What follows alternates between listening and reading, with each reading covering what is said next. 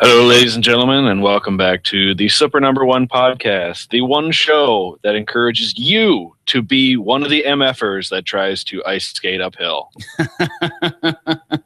Oh, Blade. I know. What a great movie. Such a font of wisdom. Oh, man. You know, I haven't seen that movie forever, and I really want to watch it again. I wish they had it on Netflix.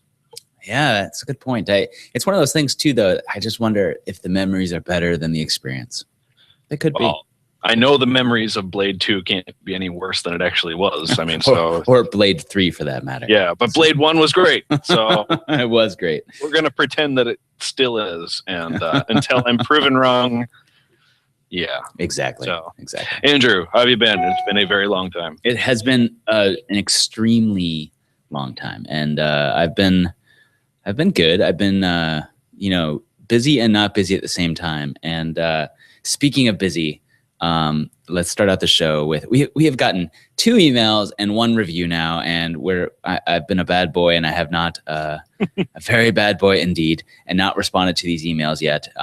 Neither have I. Yeah, and so just to say to David and to Rob, thank you so much for the emails. We will respond to you, and we'll also talk about them on the show. But since it is has been so goddamn long since we've actually recorded the show, we should probably actually have an episode and do some actual show content. But we will talk about the review, since that's an easy thing to shell off real quick. And so we got a new review.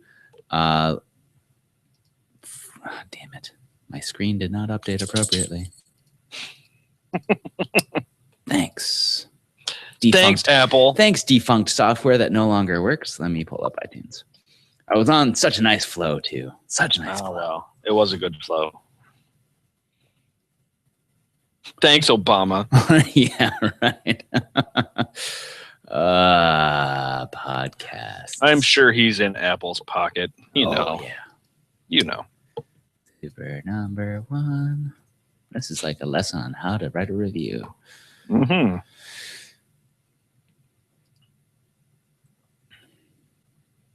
Reviews. Oh, Jesus.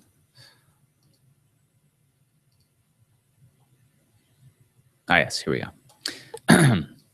So, at the very least, we should cover the new review that we got, which is titled A Great Balance, 5 stars, by Kiwi Adventures Coffee.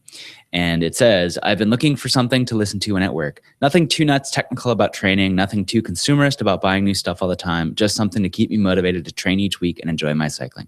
The guys doing the podcast haven't been into cycling that long, which is good. They've still got the enthusiasm and want to include everyone in on the fun. None of the cycling is our thing and you can't join in that some people in the cycling culture have. They talk about fat bikes, cyclocross, road biking, winter riding, beer. Pretty interesting stuff for background chatter. We'll keep listening. So thank you very much, sir. We will keep recording. And that's one of the nice things, I think. One of the reasons I do like our show is there's a lot of cycling podcasts that I listen to and enjoy. Some of them include the Working Man's Honest Bicycle program, and like the Slow Ride podcast, and the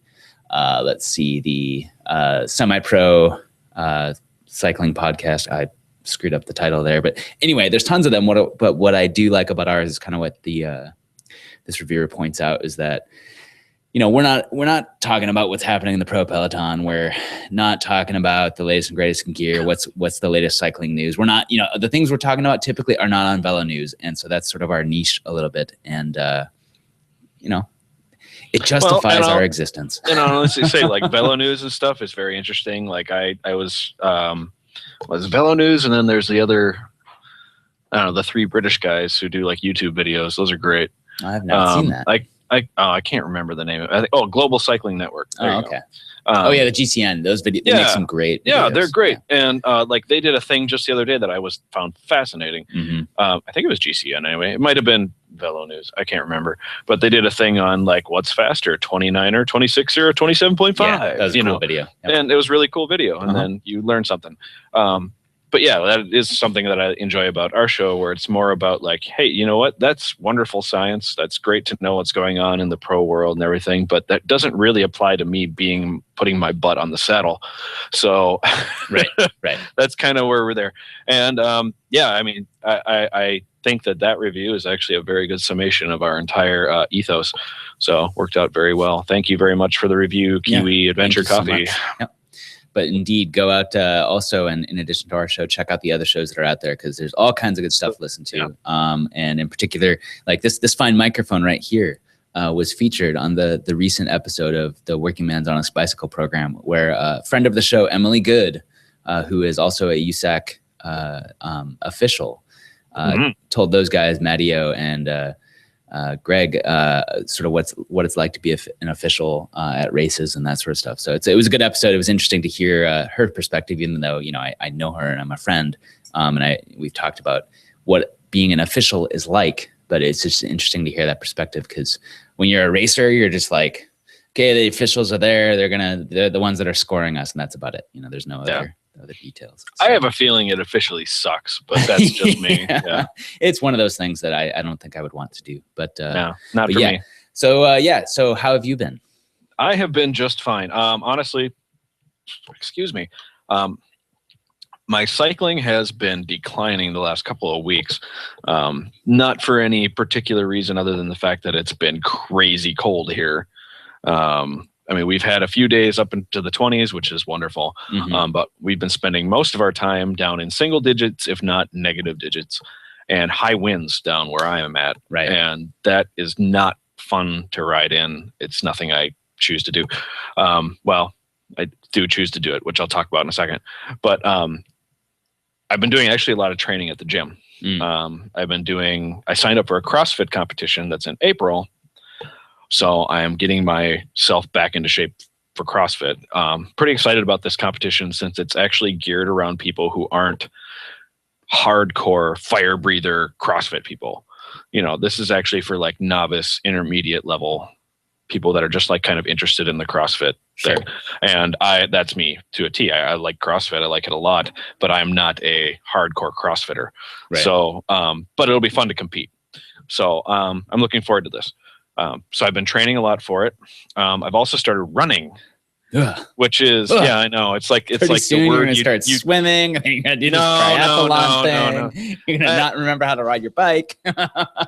Well, all you need is aero bars and some disc wheels, and you're good. And go straight. Right? Yeah, go straight. Go straight for a long time.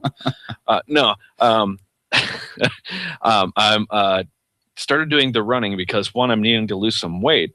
And I noticed that when I run, my heart rate just gets up much higher, much faster. And so it's just more economical for me when I'm at the gym to just throw my cardio stuff in there. And honestly, I've found that running is helping my, overall fitness level a lot. Mm-hmm. I still hate doing it. It's not fun, but I do have this little cool app called Zombies Run, which, as you run, it has like a Walking Dead story that goes along with how fast you're going. So like occasionally you're chased by zombies and you have to run faster. So it's like built-in interval kind of stuff. Yeah, it's great. And the story's pretty good. And also it has like a little like, you know, that game Clash of Clans or whatever it is, where it's like you build a little town and stuff like that. It has that built into it too, where you have to like build a little town and upgrade people to keep people going. And you get points to do it by running. And I don't do any of the town thing. I think that's stupid. But the little story stuff is fun. I mean, there's 3 seasons of stuff to like. It's great. Nice. So it's just another way to get motivated to exercise. And honestly, for $2-3, whatever the app was, I'm finding it very worthwhile. Cool. So it gets you on the treadmill. So that's all it takes. I will be very much looking forward to though when I can run outside and not on the treadmill, because really treadmill. Yeah, it's not fun to run on a treadmill. I don't really like it. I would much rather be on a trainer than on a treadmill. Yeah, for sure. Yeah, but you do what you can. Exactly. But I did just do a ride this last Saturday, which was 30 miles of snow riding, and that was super fun. And if you looked at my, calorie burn and everything for that day, I mean, I was like well over, like 4,500 calories for the day. And that's solid work. Mm-hmm. So, and I had a lot of moments in my peak heart zone. And how do I know that? Well, we'll get to that. But yeah, it was a really great ride. A lot of good friends came out, and it was very recreational and casual. I mean, there were stops, and, we had the trailside stop, of course, and had a beer and, that sort of thing. Met some dog sledders. That was really fun. Went up to a bowling alley. Nobody bowled, but, we went up there. They had these things called beer tubes. It's like 100 ounces of beer in this giant tube, and then it has a spout on the bottom. It's pretty cool. I'm glad I didn't pay for it, though. That's all I got to say. But yeah, it was fun. It was really a lot of fun. And it really got my engine going again for like, man, I can't wait till it gets warm. I really want to ride again. Mm-hmm. Because I actually did notice, like, I was actually like, my butt was sore from riding on the snow and just the bumps and, that sort of thing. And I'm like, that's not normal. I have not been on the bike enough at all. For sure. That's totally not cool.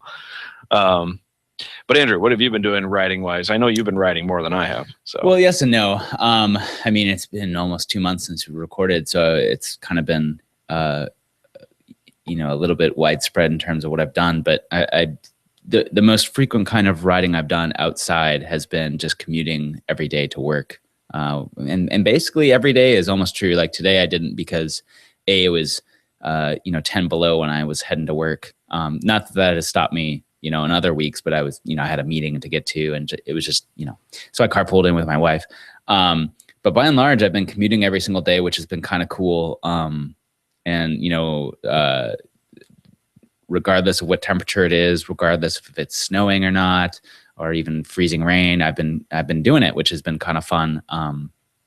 Hardcore. And, yeah. I mean, I'm only going 4.5 miles each direction. So it's 20-minute ride, but it's an extra 40 minutes of riding every single day. And so that's been kind of fun. Mm-hmm. In terms of recreational riding, it's kind of funny. I've done very little outside stuff in the last, month. The things that I have done though, which have been kind of fun for me, I did, I think even this happened since the last time that we recorded. I'm not entirely sure, but I did one river bottoms ride where I basically did the entire length of the river bottoms, all on my cross bike. That looked like a lot of fun. It was a lot of fun. I'm really looking forward to kind of getting back down there. And I've been meaning to do it lately and get back down there, because one of the things I'm most excited about doing is, riding my cross bike and developing the bike handling skills. And, all the riding I've been doing lately outside has been in the snow. And so, for example, there's in the southern suburbs, there's this place called Carver, which is sort of a, they're called fat bike trails. People call them that, but they're bike trails, mountain bike trails, whatever. But I went out with a bunch of friends who were all fat biking, and I rode my cross bike, and it was awesome because just like, I'm assuming these are a groomed trail. They are groomed. Yeah. Okay. All right. Otherwise it wouldn't be really hard enough for a cross bike. That's the. Well, I don't know. You'd be surprised. And the other thing I will say that it is surprising to me how much fat bikers complain about needing a properly groomed trail. Oh no, then I will say this. Then they're doing it wrong. Well, I have noticed a shift in the last year. I think in fat bikes, where last year I heard about fat bikes, people were like, oh, you can go anywhere with a fat bike. Nothing can stop you on a fat bike. And this year it's like, oh, our groomed trail is not groomed enough for us. Oh, our fat bikes. I'm going to say something that's going to make a friend of mine very happy. And this is this. So the fat bike, I believe it was the United States Championship, happened up in Cable, Wisconsin, not too long ago. That wasn't the U.S. Championship, but wasn't it? No, okay, it was a. Okay, well, there was some even in Utah. Race. I'm sure it was the same, but anyway, like a groomed trail that's probably like, I don't know, 8 feet wide, and it's been just like meticulously groomed. And and this friend of mine named Ron, he aptly pointed out, he's like, why are you even on a fat bike? Right. This is stupid. Yep. Like, I can't believe you're even like, you can't, to put a race on a groomed trail for fat bikes and then make it like, ooh, fat bike, snow bike. No, that's dumb. Yeah. That's totally stupid. Yeah. And I agree. I actually have to agree. Now, I will say this, like riding a fat bike on a snowmobile trail that's only been just run over by snowmobiles. Yeah, it's not as good as groomed, but it's way nicer than not anything. Oh yeah. But yeah, for sure. I like, riding on the trail where it's just been packed in by other bikers. Mm-hmm. That's kind of fun. Yeah, it challenges your handling skills a little bit. Yeah.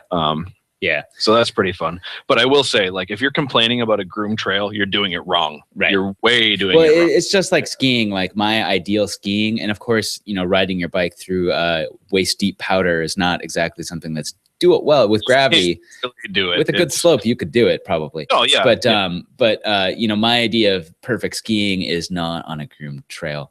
And so, but regardless, enough poking of fun. But so anyway, I went out with a bunch of friends to this trail, and the conditions were it had been groomed, but there was still fresh snow, and if you deviated at all from the groom section, even on a fat bike, less on a fat bike, but you would sort of punch through. And so I was on my cross bike, and it was so much fun for me, and it was a lot of work, but it was so much fun for me because it was just like this, crash course in bike handling skills. And I was able to do it, and it was a lot of fun. And so I kind of keep trying this winter to seek those sort of situations out. And like on Friday, this recent Friday, I was hanging out with people at Omnium Bike Shop, and we did a little bike ride to a brewery thing. And in St. Paul, there's this road called Summit that has this big median down the middle, like two car lengths wide, basically. And it's called like, you can call it the Summit Avenue single track. And like in the summertime, there's like a bike path or dog walking path or whatever, but it's perfect for like bike riding. And so this time I was on it in the snow and on my bike. And, it's just fun to kind of take some corners around trees and sort of, you get the feeling for when your tires slide out and just things that are perfect for cross. So I've been doing a lot of that when I can.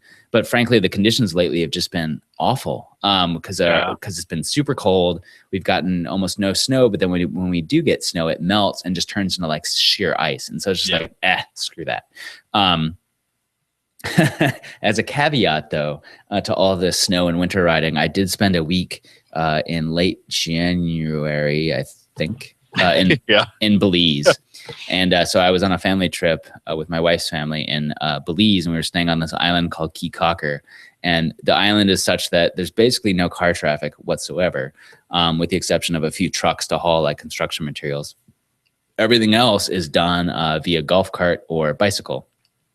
And so the place we were staying at were like several small little cottages kind of things on the beach.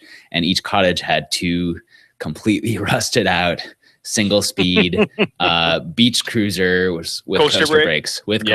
Coaster and brakes. So I spent my time on that week on that island, riding up and down the island with this beach cruiser. And I had to check, of course, on Strava to see if there were Strava segments. And sure enough, there were. And sure enough, the average speed for all of those segments was like 3.5 miles an hour. And I was like, well, buddy, if you're going to put a Strava segment up, I'm going to do it. Yeah. Well, there you go. So I went and did it. And so I was that jerk riding around on the Beast Cruiser at, 15, 16, 20 miles an hour. I did it. And everyone's like, no, fat biker's doing it. No, you're doing it wrong now. Yeah, exactly. It's a beach cruiser. It's supposed to be 8 miles an hour. I will not cruise. Yeah. So that was a lot of fun. But yeah, that's really in the last 2 months, it's kind of pathetic how much, with the exception of commuting to work, how little outside riding I've been. And frankly, just the conditions have sucked. And, last year, I set this goal out for myself of, doing a century a month. And, even through the nastiest of winters. And so it involved some sort of timing and setting up just right. So that choosing your day. Your day. Exactly. And this year, I intended to do that exact same thing, but racing seasons kind of screwed up that a little bit because I was unable to get one in time in November. Made up for it by doing 2 back-to-back in December. But then when January came around, I was just like, What are you trying to prove? Well, that's just it. I did it once, and it was a good goal, and I'm glad I did it. But this can kind of, I guess, carry us into the topic a little bit in terms of like winter training. But the thing that happened last year for me when I was doing this century a month sort of deal, and in addition to that, the thing that sort of exacerbated the problem was I did a century in January without a ton of volume in my legs in terms of riding, and then I did this Tour of Sufferlandria thing. So all of a sudden, I did this huge ramp up in effort, and I screwed up my knee big time. And so I went to like PT, even though I didn't really need to, but it just like screwed things up. And so then when I did this this December, I did this back-to-back century visiting my family for Christmas. Exact same problem came back. I was like, well, you know what? Not worth it. And so that's called overtraining. Yeah. Well, it's just doing it wrong. And so that sort of spurred me on to sort of step back a little bit and say, what's the thing that's most important? Is it fulfilling this, goals are important, but is that particular goal the goal that I want to, supersede everything else? And then of course that's not it. And so it sort of allowed me to step back a little bit and sort of reevaluate, okay, what am I trying to do here? And, what's the important thing? Is the important thing being, in good shape and also being ready for race season? Yes. Is it, against all odds, going out and riding my bike like a madman in the middle of the winter? No. So, I mean, it's a respectable goal, but at the same time, it's not, it doesn't fit with your overall plan. Exactly. So that's, there's no point. I've kind of gotten myself into the same, mindset as well, where I put out a thing on Facebook. Yeah, it was quite a while ago, but just asking like, what's more important, like the amount that you're doing or the intensity of what you're doing. Right. And it pretty much came back, a couple people are like both, and I'm like, well, that's not realistic at all. But it pretty much came back overwhelming majority saying, well, it's intensity. And as far as the science that I have read, as long, with CrossFit and with biking and all that kind of stuff, yeah, intensity will win as far as what is worth your time to do. Right. You're going to get more benefit out of doing something shorter at a higher intensity than you are doing something at longer at a lower intensity. Right.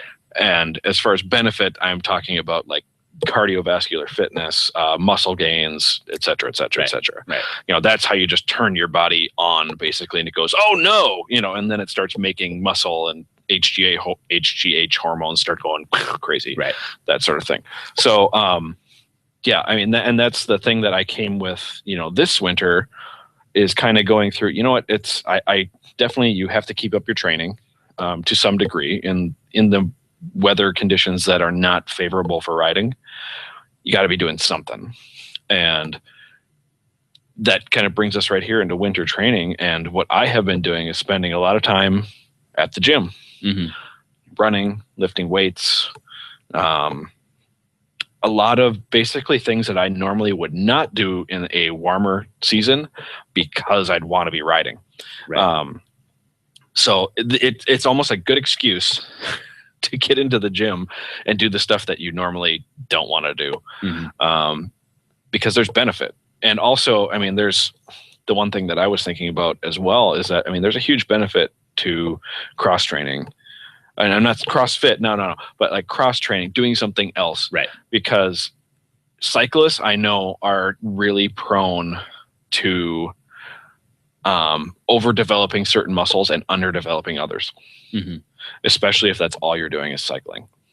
I mean, you're naturally going to have like, wow, I've got these huge legs. This is amazing. But maybe your core sucks. Right. Maybe you can't actually hold yourself on the bike comfortably for a long period of time. Well, then all of that great, leg muscle isn't being transferred proper. There's just so many different facets, and winter is a great time to do this stuff, because, or at least get started on it and think about it. I know, Andrew, you've been spending a lot of time at a certain studio up there called The Fix. I have. What have you been doing up there? Well, before we talk about that, I forgot one of the most important things that we do in this show is to talk about what we're drinking. So we better do that. I better go get another one. Okay. While you're doing that, I'm going to play the bumper. Oh, yeah, do it.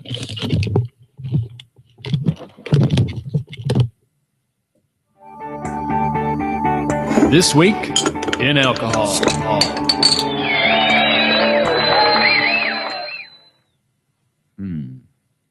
So Kevin's getting another beer.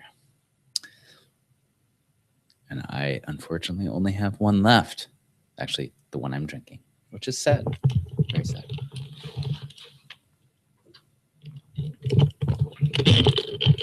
Okay, I'm back. Okay. So what are you drinking tonight, sir? I am drinking Surly's overrated West Coast style IPA, which is one of my favorites. Excellent beer. As it says on the back, it's been said it's easier to brew an extremely hoppy beer than an extremely balanced beer. And you know us, we're always looking for the easy way out, so we did it. And I think that's great.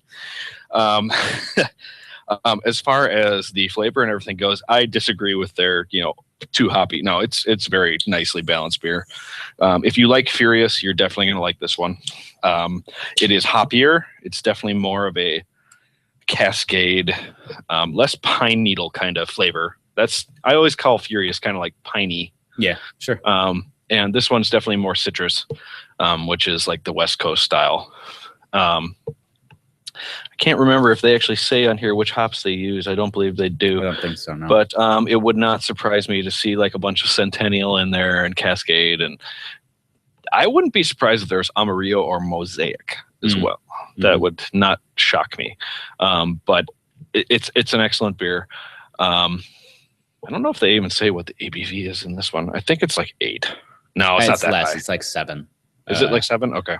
6.5 or 7, I think. 1 pint. Yeah, it doesn't say. Okay, yeah, but it's a great beer. Highly recommend it. Everything from Surly is good. Pretty much. Pretty much. And yeah, but this one is one of their ones that I will go to as a standard. And also it says overrated on it, and I like that because, as we all know, fat bikes are totally overrated. So it's an absolute fad, and it'll be gone soon. So nice. Well, I am drinking Lagunitas Nighttime Ale.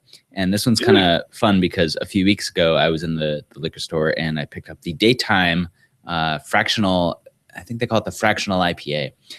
It's basically their all-day IPA, style beer where it's a sessionable or a session IPA. So it's like 4.5% alcohol. But then 2 weeks later I go in and I find this guy, which is, daytime, nighttime, which is... Anyway, yeah, it bookmarks it nicely. Talking animals also on, British talking animals on the internet. Anyway, this one's I believe it's also sort of a one-time or at least seasonal sort of deal, but it's in stark contrast to the daytime. It is 71 IBU, or sorry, 70. IBUs, and it's 7.9% alcohol by volume. So it's a little more stiff. So they took all of that extra alcohol from the daytime and they put it in this one. And so it's basically, they don't call it this, but I would describe it sort of as a black IPA style deal. It's quite good, tasty. So get it while you can. Cool. Very good. So the fix. So I was saying, go to the fix. Yeah. Yes. So it's interesting. This year was the first time that I've been to the studio. It's called the Fix in South Minneapolis a few times over the last year, just on a drop-in sort of basis. But I'd never done a straight up training block with them. And so what I've done this year is, and this is a place that it's a cycling specific training studio, and they offer lots of services for cyclists, including things like massage, bike fits. They have a proper shop there that'll do wheel building and bike builds and yada, yada, yada. Wow. They'll even do things like race day services for you. They will show up with support that you might need during a cross race or even a road race and help you out with that. And so it's sort of the all-encompassing cycling needs all in one place. And so it's really nice. It's also really close to where I live, which is awesome because it's easy to get to. But so the thing that I did for this this early season session or early season time before racing starts is I signed up for their winter training block, which is 12 weeks of training, and I go there 2 days a week. And what's kind of neat about it is, as you said earlier, the idea about the traditional idea behind cycling training is that, this is the time you're supposed to do base miles. And well, the science shows that basically that, I've been told there's some value, but most of it's like, nah. Well, there's value to doing it, but if you have the time to do it, then fine. But you can get the same training effect basically by doing interval kind of training and training with intensity. And so that's really sort of the ethos at the Fix is this idea behind training with intensity. And so surely, what I'm doing there is really kind of the bare minimum in terms of training. 2 days a week is really not adequate for the kinds of things I want to do, but it's a very good start. And so what we do there is... But it's not the only thing you're doing as well. Well, it's not the only thing I'm doing. On top of that, I'm doing, the commuting kind of stuff. I'm doing yoga. But for the month of January and for the first part of February, I was kind of, still kind of feeling like I was in my off season a little bit and just sort of kind of coming off of, cyclocross in November and the early part of December, still doing a fair amount of riding in December. But again, I went and screwed myself up by riding 2, 130-mile rides back to back. And so my knee was kind of hurting. And so it was nice to sort of step back from that and say, okay, wait, my goals are to be in good shape and really fast for race season next year. So I'm just going to kind of step back, rest, and not worry too much about getting a lot of miles in and focus on, the big training block and when that's going to start. And so it was really nice how the Fix kind of came in and when that session started, at least it dovetailed nicely with, okay, now I'm ready to get back into serious training. And again, to talk about, sort of abandoning your goals when they're not suiting you. One of the goals that I had of this year, like last year, was to ride the Tour of This beer is so strong. We'll say that's the problem. Yeah. To ride the Tour of Sufferlandria, which was this week-long, 8 days rather, of Sufferfest videos. And this year was particularly grueling because on one of the days, it was 3 videos. I don't remember how many hours it was, but it was close to 3 hours, probably 2 hours and 40 minutes. And it's not just like 2 hours and 40 minutes of riding, training videos. It was 2 hours and 40 minutes of sprint intervals. And so by the end of it, it was just like, it was horrendous. So this year was a particularly hard year, but I had fully intended on doing it, but this was coming right at the end of my Belize trip. And what happened at the end of my Belize trip? But I got horrible food poisoning.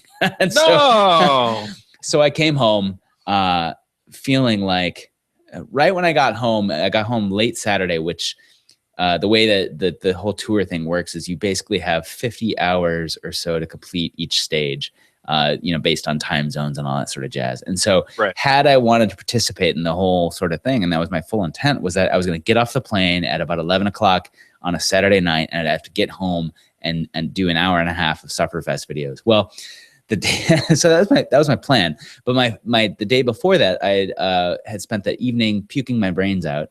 And then the next day, like with feverish chills and traveling, and doing border control and that sort of stuff.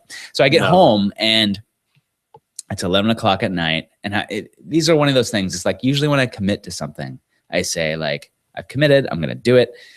It doesn't matter what happens. But I maybe in the last year, I've grown a little bit and I've evaluated about what's important. I said, this is just a make-believe sort of training block. I'm not actually in a race for real. Maybe I'm just going to go to sleep. And so I did. So then the next day, good idea. I was like, well, I'll do today's stage. I'm still going to do it. Even though I don't get credit for finishing it with a little digital badge, I'm still going to do it. But the next day I was like, I'm still not feeling great. I'm going to take another, and also on Monday I had a session at the Fix. And so it's like, still not feeling great. I want to be ready for the Fix because I paid for that. So I should get my money's worth there. So I didn't do the entire Sufferfest thing. And I was like a little sad about that. But at the same time, it's like, it's not important. I'm so proud of you right now because you listeners don't know this, but Andrew is like notorious for filling the bars is what I would call it. Yes. From back in like the video game days where like things would say, like, hey, get 99 of these and you get like a little badge that shows up on your computer. Now I would be like, I'll do that on some of them because I like the whatever it is. Andrew would do it on all of them because the bars must be filled. It's the way. I'm so proud of you right now. They're like lines of cocaine, You just yeah, I know. Yeah, you like snort them down and give me another. Exactly. Say hello to my little friend. Right. Exactly. Yeah. But so I gave up on that goal. But the Fix, it's been really good. It's been a lot of fun for several reasons. One is that the hardest thing I find about winter training is winter training because as entertaining as a Sufferfest video is, as motivated as you are to be in shape and to be fast for the next season of racing, it sucks to get on a trainer. It really does. It's not the most enjoyable thing I could ever think of doing. That's absolutely true. And it's not actually the riding part. It's getting on the trainer. Exactly. And I thought, last year when I was living at my in-laws' house, it was a particular challenge there because, I didn't really feel right about bringing my trainer out in the basement of the house and getting sweaty down there and blasting loud music and that sort of jazz. So I would go out to the garage and do it. And so, the idea of a trainer is, it's too cold out to ride. Well, I would go out and it would be, 10 below. And so I'm out in the garage and it's 10 below and it doesn't stay 10 below in the garage for long because you're steaming it up in there. But it was really hard to get out there. And so I thought as soon as we bought our house, I'm like, oh, perfect. Next winter, I'll have no barriers. I've got this entire basement to myself where I'm recording now. I've got a trainer and a set of rollers and like, oh, it'll be perfect. There's no excuses now. Well, it turns out it's really easy to come up with excuses. Oh, excuses are a dime a dozen and free. It's Tuesday. I don't have time to ride on the trainer. And so it's super hard to motivate yourself to get on the trainer. Yeah. And so what's nice about a place like the Fix is one, you're paying for it. And so that's kind of a powerful motivator to get your money's worth. But two, what's nice about it is that it's a place you can go. You don't have to worry about cleaning it up, all the sweat drips because they do that for you. But they've got all the trainers, they've got all the rollers, and you and your friends, like I have one teammate who goes to the sessions that I go at Monday and Wednesdays night. Beer, you're my friend. Monday and Wednesday nights.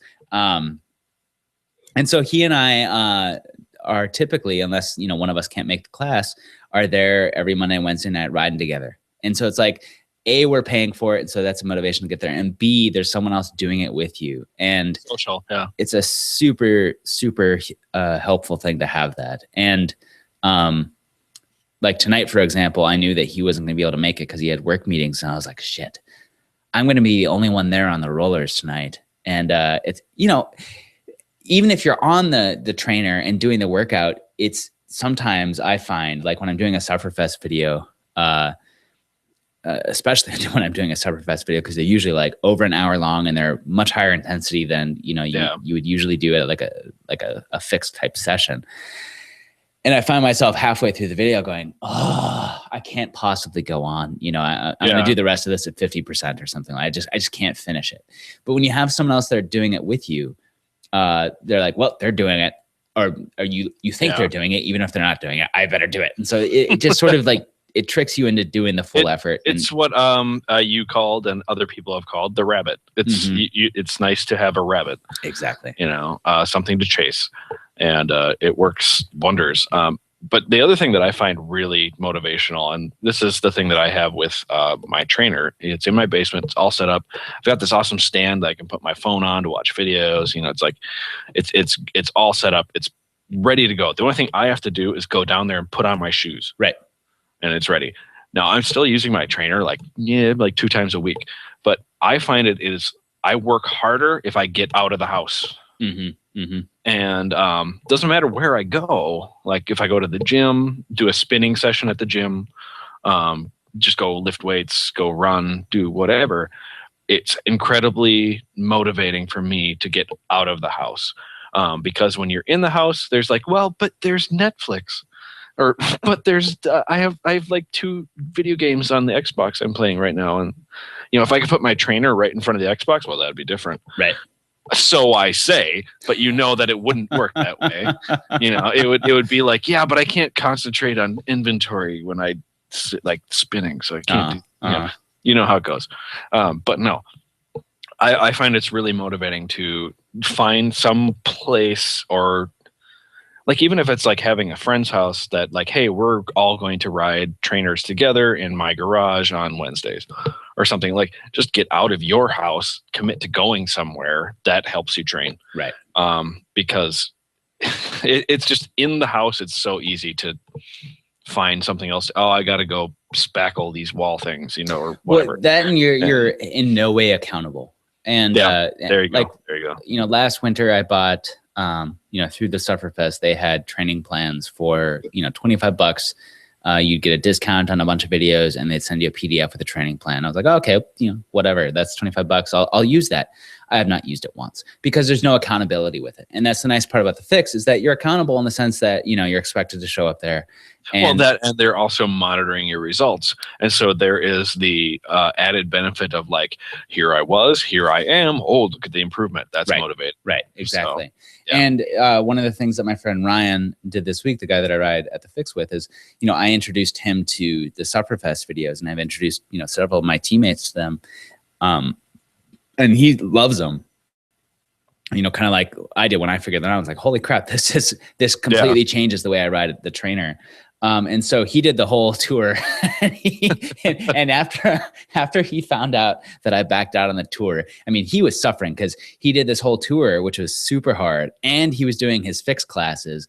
And so the first day back at the Fix, and I said, yeah, I dropped out of the tour on day 1, you know, because I was sick. But he's like, you bastard. Because he was positively dying. Well, and then you just say like, well, you won. Good job. Yeah, exactly. But so anyway, he was inspired, and I'm glad he thought of this. He was inspired by the doing the tour thing, because, I mean, it gives you this huge bump in fitness for doing a huge effort like that in 1 week. You take some time off, and all of a sudden you're like, boop, you know, you get this big bump from that. And so he suggested that, you know, let's do that again. And so he talked to our coach at the Fix and said, you know, do you recommend, or maybe even the coach actually suggested to him that, you know, you guys should probably do a couple more blocks like that before, you know, the race season starts, because that'll really help you progress. And so my friend Ryan went out and said, okay, here guys, this week, and this is the week it's happening now, I've designed, you know, basically another tour of Sufferlandria that we're going to do. And So he picked a couple videos. On the days where you have the fix, we're going to do the fix, of course. But he's like, here's the video for Sunday. Here's the video for, or basically Saturday through Saturday. And we met at his garage on Saturday, and 5 of us got together. We set up a TV. We all brought our trainers, that sort of stuff. And we did a video, and it was a lot of fun because it was a reason to get together and do that. And on Sunday, I did it in my basement. Only one of the people who's in the garage on Saturday came, but I mean, like 2 of us got together to do the ride together, and it was perfect. And so next week on Saturday, or this coming week, and on Saturday, we're gonna get together again in his garage and do the whole sort of thing. So it's this idea that there's some sort of structure behind it, and doing it with other people that really kind of makes it motivating and makes it fun to do, because it's why group rides are fun, because you get together with your friends and you ride your bikes. Yeah, it comes down to like those 2 things. I mean, structure and the social aspect. I mean, if there is a plan and then people show up to help you follow through with the plan, that's huge. I mean, that's absolutely massive. But speaking of things that keep me on track, so I just got this, and this will be our product review for the episode, I guess. But I just got this like a couple weeks ago, this Fitbit Charge HR. Now, the reason I got this is not, a lot of people get Fitbits for like step tracking and things like that. And I had wanted a heart rate monitor for a very long time. But honestly, I'm not a huge fan of like the chest one. I just, something about it I didn't really care for. But then this one came out, and it is a wrist mounted one. Mm-hmm. So I'm like, well, let me do some research first just to see if it's actually accurate or whatever. And from everything I've been able to look up, it's pretty accurate.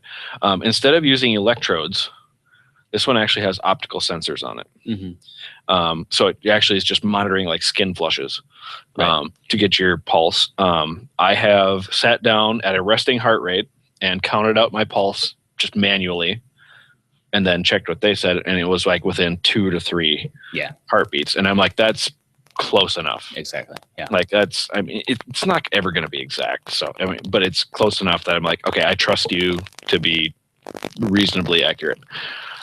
So got it. Incredibly pleased with it, I have to say. 2 big reasons. Number 1 reason I got it was for the heart rate monitor. Mm-hmm. I thought, that's the one thing that's really going to push my training to a new level, because that's one thing I never know. If you don't have one, you don't know. So you never know really how hard you're working. You always just know how it feels.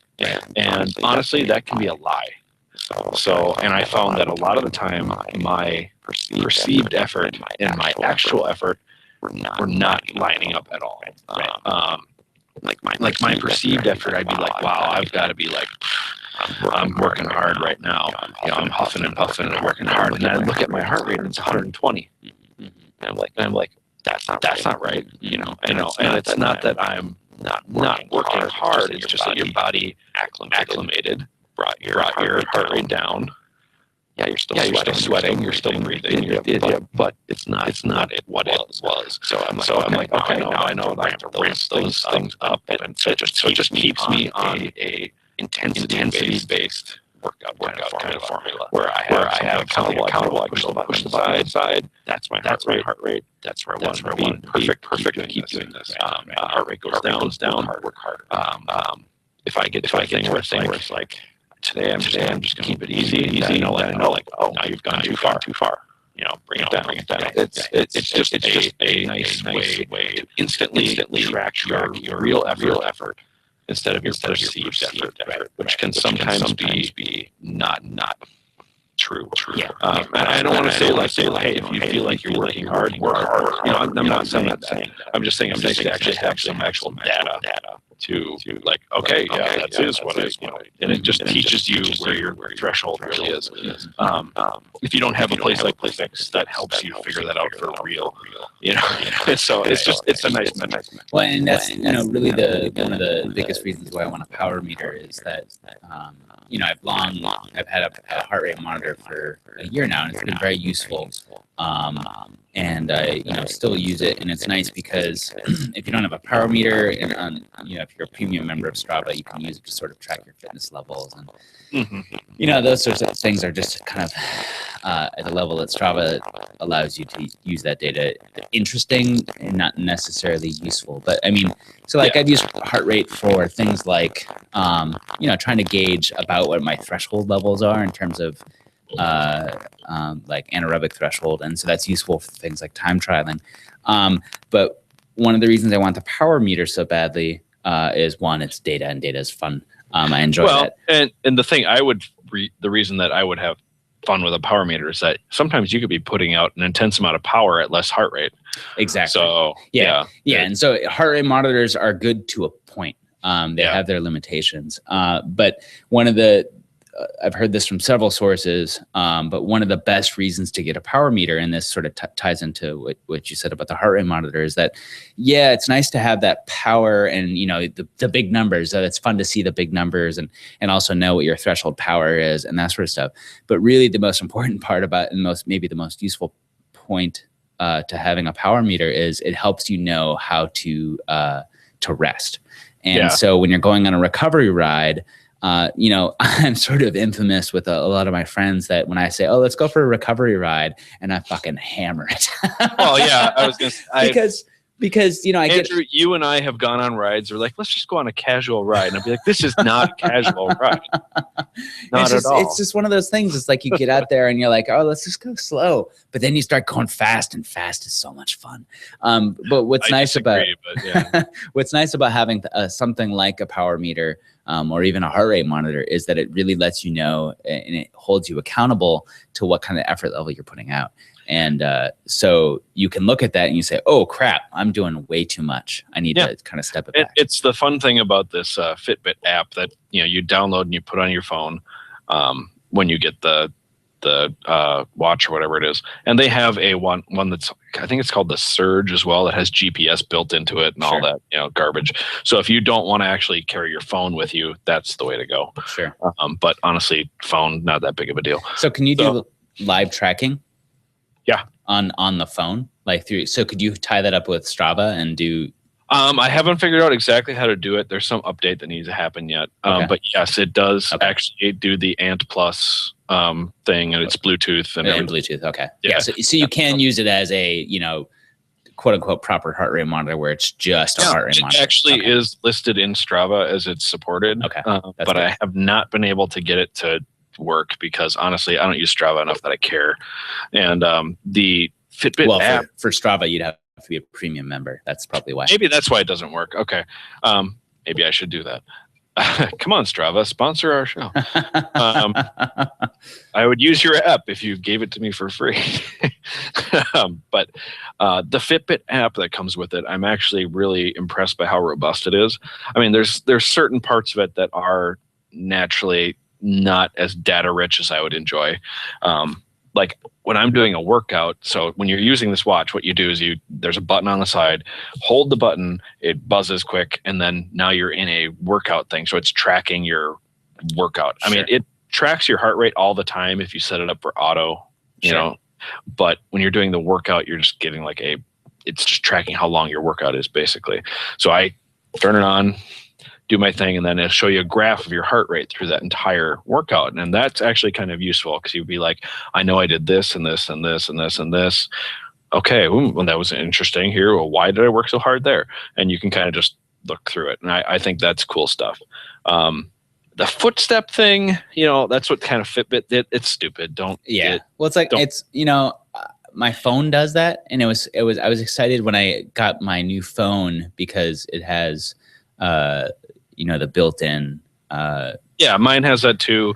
And honest, it like if you're cycling, it doesn't help you at all. It doesn't help you. I mean, I kudos to the people that are getting motivated by the step counter kind of stuff. Yeah. But if you're a cyclist, you're getting way more benefit from going on a short bike ride than you will from doing step counting. Yeah, and the step counter thing on this, obviously you can change the amount of steps. So if you want to be hardcore, go 20,000, or something. That's fine. But it is nice for just it's like we were saying earlier, it's another bar to fill out. And so like, hey, why not? 10,000 steps, like roughly 4 or 5 miles, something like that. And like, hey, if you walked 4 or 5 miles a day, good job. That's great. Well, most people, that's the problem is like, my wife and I started, I restarted using Lose It because I just wanted to get in back to race weight. And since I got my new phone and newer updates of the software have added this sort of step bonus. Oh, you can have a step bonus. And, like you said, you need to add like 5 or basically 5 miles worth of walking. And, for me, that's just not possible with my job. And that's a lot of walking to do. And that's where the running comes in handy. Well, there's that. But I was actually getting step bonuses for the first week or so. And I was like, oh, sweet, I'm getting step bonuses. And then my wife pointed out, she's like, it's counting all of your pedal strokes. I'm like, oh, that's why. Because she does a lot of walking in her job and she never hit the threshold. And here's the interesting thing is that the Fitbit, when I'm cycling, since it's on my wrist, it won't count. Oh yeah, sure, it doesn't count. But right. the phone, if it's in your pocket or even on like chest, it will. Like it just feels the bounce, and so my phone will count it. But the Fitbit doesn't, so it's a little bit better setup than that. But the things that they put on this, like the things that it's tracking, pretty cool stuff. So it's like distance, obviously heart rate, calories burned, which I find excellent because there is actually kind of a Lose It app built into the Fitbit app. Oh yeah, sure. So you can track all your calories. You can, and then also it'll say like you're on a weight loss plan, like how much do you want to lose a week? Right. You put that in there, and then it gives you a budget, and then it has like a little like meter that says like you're on budget today, you're not on budget, you're over, you're under, whatever it is, and heart rate's a pretty reasonable way to track calories as far as. I mean, how else do you do it other than like thermogenics or something? Well, power meter is the only way to really do it. Right. And basically legitimately. So I would never say like, hey, guess what? I got 100 calories left. I can have a Twinkie and I'll be right on. No, right. It's ballpark. Ballpark. Yeah. I mean, it's reasonably accurate, I think, just based on like, so, there's even with a power meter where a power meter is measuring absolute power output. And of course there's a conversion there because your body has a certain efficiency and you're even your pedaling, there's an efficiency there. So there's a lot of different factors that sort of determine based on the power you're outputting versus how many calories you burn. But regardless, that's probably the best way unless you go to like absolute extremes for measuring calories. And even there, the calorie outputs that I've seen from a ride at the Fix versus what the calories are calculated versus heart rate, they're close enough. I mean, they're really close. And honestly, maybe a difference of a couple hundred calories, and I think that's fine. So that's fine. And honestly, everybody's body is somewhat different, so there's just no way to be absolute. Exactly. But the thing that I'm really enjoying about the calorie thing, with combined the food log in there, is that it really gives you just, okay, if you're ballparking it, mindful about what you're eating. Go ahead. All right, and you're relatively mindful about what you're eating, you're really going to stay on track. Right. And the nice thing about this thing being right on your wrist, and you can check your calories any time of the day, like you can look down and be like, that's how much I burned. Do you really want to have the bacon cheeseburger? It's like, it's a really nice reminder. I like that a lot. Right. The other thing that's in here is it has an altimeter built into it, which is weird. So you get like how many floors you've climbed today. Like, it's interesting. But here's the other thing there's two other things on this that I really liked for the price point that it was, and I thought was a good value. Sleep tracker. I never thought that was actually useful, but then I look at it and I'm like, okay, now that night that you like had too much to drink, you slept like crap because you can see like how much that you were restless. Like you rolled around a lot and you just didn't get very good sleep. Yeah, you slept for 6 hours, but you didn't get very good sleep. You went to the bathroom. Yeah, right. And I'm like, see, that's interesting stuff. And it's like, that keeps you motivated to like, maybe don't have 8 beers at night. Right. No, I don't have 8 beers at night all the time. Well, and this is one of the biggest criticisms that people have for like, the quantified self and all this data and blah, blah, blah. Yeah. And there is too much data, and that the software that is given to you with any of these devices, with Strava, with Fitbit, with whatever, it doesn't mean really if anything. you don't, especially if you have no idea how to analyze it, especially the ones like, Fitbit and to a certain extent Strava too. If you don't know what the data means, it's really hard to make, you have to be able to take that data and then actually put it into the real life where you're like, wow, look at that. You slept like crap. Why did I sleep like crap? Well, it was because of this, exactly. Like, you can't look back over 3 weeks of your sleep log and go, well, you've been sleeping bad. No, you've been sleeping probably normal. It's that one night that was weird, you know, and And why it's important to see the data for things like Lose It, like I'm just talking with my wife about, using Lose It since she started using it recently. And it's not, for me, at least in my experience, and of course my experience is probably different than everyone else's in terms of, what was successful for me might not work for you. But for me, I was, always in the red with the calories, always. But it was the act of actually trying to keep track of what I was eating and how much I was exercising that was successful. You're just making better choices. Right. And so, it was basically a mindfulness sort of thing. And so, a device like what you're talking about and all the other devices out there and all the other services, the data in the grand scheme of things is a little bit superfluous, because what you're really interested in is sort of simple metrics to help you guide your decisions. Right. And help you make choices based on that data. And so it's not, and accuracy is sort of really not you want some level of accuracy. But it's really not about that. It's about knowing about what you're doing and helping you make decisions based on that.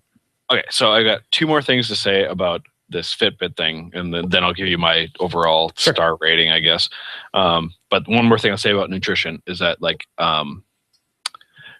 there's a site that I read pretty often called Eat to Perform, and very good site. It is a little CrossFit centric, but it's good for any athlete.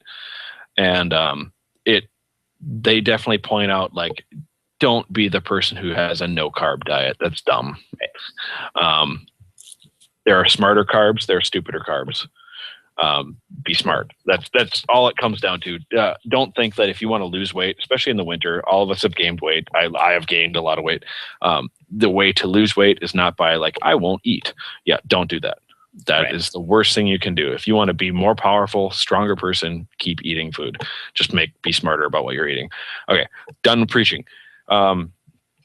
The other thing that I really liked about this, that is kind of a minor thing, but at the same time, I find it super awesome, is it has a silent alarm built into it that you set up on your phone, like what days and what times you want it to go off, and it just buzzes. It doesn't there's no phone like bing, bing, bing, it just shakes your wrist, and it's such a nice wake up compared to something yelling at you. Awful noise. Yeah, and it doesn't wake up anybody else, and it's pretty. I like that aspect. Oh yeah, absolutely. It's a small thing, but it made me go, oh, I like it. For me personally, that's huge, because one of the worst parts of my day is waking up. Yeah, and this for is multiple reasons, such a gentle wake up that I'm like, that's fantastic. I love it. I use it every morning. I stopped using the alarm on my phone entirely because this is perfect.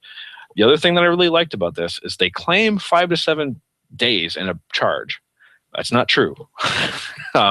But it is at least 2 to 3 on a charge. And I think the reason it's 2 to 3 is because I use the heart rate all day long. Right. If I just only used it at workout times, I'm sure it would be 5 to 7. It'd probably be there. But 2 to 3, I'm perfectly happy with. That's great. Now, the other so this is like $150 little watch, basically. Is it worth $150 on my thing? Yeah. I totally would give this 4 stars. The only 5-star thing that I would say could make it better is if you got the next one up, which has the GPS built into it, and all of that. But then same time though, that thing's like twice the size of it, and way less battery too. Yeah. So honestly, for the value, I would say, and if you're looking to get into the heart rate thing, and you are interested in your whole dietary metric, blah blah blah, what we've talked about, it's a good value. I would look at, check it out, look at it. Some people get by with the cheap Fitbit. Honestly, I think the heart rate is totally worth it to have it. For sure. especially if you're going to have something on your wrist all the time, get as much data out of it as you can. You know, Right. why not? Right. I agree. Yeah. So that's that. Let's see. I don't think I have any other fitness things to say other than just, you know, spring's coming, man. Yeah. It's right around the corner. It is right around the corner. I'm starting to get excited. Yeah. I mean, we're going to have a day here tomorrow that is supposed to be like just touching 30. Mhm. And I'm like, oh, it's like the cross bike is just like downstairs, just like take me off the trainer. Yeah. I really want to go ride. Yeah. You know? Yeah. That's And the fat bike's also saying like, I would really like to take a break. Please put me downstairs for a while. Yeah, I am definitely getting antsy to get some more outside riding on. I mean, I need to, you know, I've been using my cross bike as my primary commuter, basically all winter. And for a little while, I was very good about cleaning it and doing the maintenance frequently. But it just got to the point where, especially when I'm just doing commuting, it just gets really hard because I get up in the morning, go to work. I mean, typically when I'm on top of my game, usually I'm pumping up the tires every single day. But lately, I pump them up like once a week. I mean, that's kind of where I've been at lately with commuting, is that I just get up in the morning. I need to get to work. I don't have time to do anything. And so I just go to work, and then I come home, and the last thing I want to do is deal with the cross bike. And so this is one thing that we are going to talk about in the future when it gets to more spring, is about commuting bikes and fenders, because honestly, I'm looking at full fenders, not a bad idea. Oh yeah, no. I mean, you know, we've seen that in the muddiest of conditions, that full fenders make a huge difference. And now they make fat bike fenders, full fenders that you can get for $110. Ooh, and I'm like, bad. Oh, yeah, interesting. It got me happy, but at the same time, like, yeah, but I'm not ever going to commute on that. So right. Yeah. So my cross bike has been neglected lately, but one interesting thing that I've started to do recently is that the other bike that was horribly neglected was my previous commuter bike last winter, which was my mountain bike. And basically the last time I rode that thing was sometime, I want to estimate maybe late March of last year. And, you know, since I didn't have my own space, I was living at my in-laws, I, you know, put it in the garage, in the attic, and kind of left it. And I didn't have, you know, it was winter time, so there was no hoses. On occasion I would bring a bucket of water out to wash it up, but it was a hassle. And so I didn't do anything with it. And then when I moved to my house, I brought it to the basement and didn't really think much about it because I was doing other stuff. And so coming back to it, the chain was no longer a series of links that were independently flexible from each other. No, it was one solid piece of metal. Yeah. And I tried to lube it and massage it and do all sorts of things. Nope. So I, for the very first time in my life, broke a chain. I've never done that before. And I dismantled the entire thing, not including the fork. The fork is still attached. But I just did my first complete bike breakdown. And it's kind of fun. It's one of the things I said that I'd do this winter. And now that I've got a little bike workshop in my basement, I sort of started that process. So that's been fun. But maybe we'll talk in the future too about about that. I don't know. We'll see. Yeah, about rusty bottom brackets and how to buy new parts. Yeah, exactly. Or how to avoid buying new parts. Right. I guess that's right. That's the way you should say it. Although, in my experience, most of the time it's like just buy a new one. Yeah, exactly. It's a lot easier. And I'm not saying go out and buy something expensive. I'm saying, like, if you've got a chain that is like one solid piece of metal, don't even think about trying to fix that. Yeah, no. I thought for a minute, I was like, just go. I could massage this a little bit more. And I thought too, like, maybe I should try dipping it in a bucket of like CLR and just see if I can recuperate it at all, just for kicks. I was like, nah. Well, and what would you learn? You would be like, all right, now I have a chain that has a compromised integrity, but does move. Oh, that's great. Exactly. Not worth it, because I'm sure CLR would totally destroy all the seals in it. So it'd be, don't do that. So yeah. So this will be my fun project. Well, someday I will actually do a bike build back there, and we'll see how that goes. So. Yeah, I have the same plan. if things go as I am thinking they're going to go this spring, I'll be trying to build a Fargo lookalike. So we'll see how that goes. Interesting. Because Salsa won't return my email. Not even kidding. You can leave this on the show. I'm putting this out for Salsa because I've sent you guys like 4 emails now, just asking, is there any place around here I can demo a salsa? I know of one place, but I want to like talk to you guys about it because I appreciate your products. And now I realize I'm not extreme enough for you. I'm not going to Indonesia to ride bikes. I'm not hiking up Nepal with a spearfish and then riding down one side of it and then like having coffee in the middle of like a desert. You know, I get it. I know. Well, maybe the solution to this is we need to plan our Iceland trip and call them up ahead of time and contact a filmmaker. And maybe then. Well, and then they basically go, nah. No, you're not cool enough. See? Come on, Salsa. I really enjoy you guys, but you're totally... You give me the cold shoulder, and I am feeling chilled. So let's make this happen. Come on. That's funny. Think about it.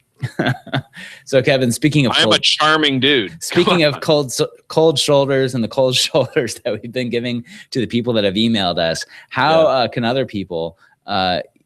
email us segue, by the way, and not get a response because we are really bad at responding to emails right now, but we will get better. We promise. We're going to get to that.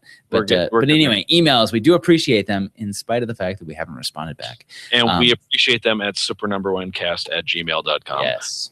We like to get them every time we get one. We jump up and down in our minds. Woohoo. And sometimes physically too. And actually, like you remember in Monty Python and the Holy Grail, where it's like, and they ate Robin's minstrels. Yay! It's like that. Yeah, it's like that. Exactly. Yeah. So yeah, please send us your emails. We appreciate everyone we get. Also, go to iTunes, leave us a review, just like Kiwi Adventure Coffee Guy did, and we really appreciate those because they help us make a better show. They help us like stay motivated to keep putting out shows in a timely fashion, which we have not done. But Andrew, and they fill up that little ego bar on the Fitbit thing. That that's the other good. bar to fill, That which cocaine bar. Awesome. Exactly. Andrew, we have Twitter. You're much better at Twitter lately than I am because for some reason I look at Twitter and I look at the app. And I have a smartphone now, and I look at the app and I just go, meh. I don't know why, but if people start tweeting me, then maybe there we go. Yeah, well, you should do that. You should bring Kevin back to Twitter, and you can do that by contacting him at the4tree. You can contact me at the nth Andrew, and also we have a show Twitter feed. It's sort of a placeholder, really, but it's rather there is no the. It is at supernumber1. You can get a hold of us there, and please do, because at least me, I am constantly on the Twitters, and I enjoy engaging with people there. And finally, too, you can also get a hold of us on our Facebook page. It's just Super Number One on Facebook. You will find us there, and it's now that the winter is starting to become the winter of my discontent. I want to do more, contented things, such as like keeping track with everybody else. Yes. So start sending us stuff. We're gonna try and be better at putting the shows out in a more timely fashion. Apologize for the long delay. Hope you enjoyed the antique episode. I liked that one. Well, I think we've got a few more in the archives too that will be not necessarily 100% bike centric, but will be sort of appropriate. Yeah. So we'll. But, I mean, come on, like what we got to do is that was amazing. We have an episode about what was the title? It was something about doping dopers or dopey dopers and the dopes who dope them or something like that. Yeah. And so we'll have to wait for Lance Armstrong to do something stupid again, and we can re-release that episode. Or we could just make a new episode about the awesomeness that is Greg LeMond. True. Yes. So anyway, hopefully. I will say also, like when I've seen him on TV, I'm like, I like you, Greg LeMond. But at the same time, you're kind of a jackass too. So, I don't care if you're from my state. It's true. It's true. Good stuff. Yeah. So thank you guys for joining us. We will see you hopefully sooner than it has been, but we will see you in the near future, I think. Yes. Take it easy. Train hard. See you in the spring. Leave it there. Push the save on that and stop the broadcast. Thank you, number one viewer. We'll see you later. Have a good night. There was someone watching. Wow.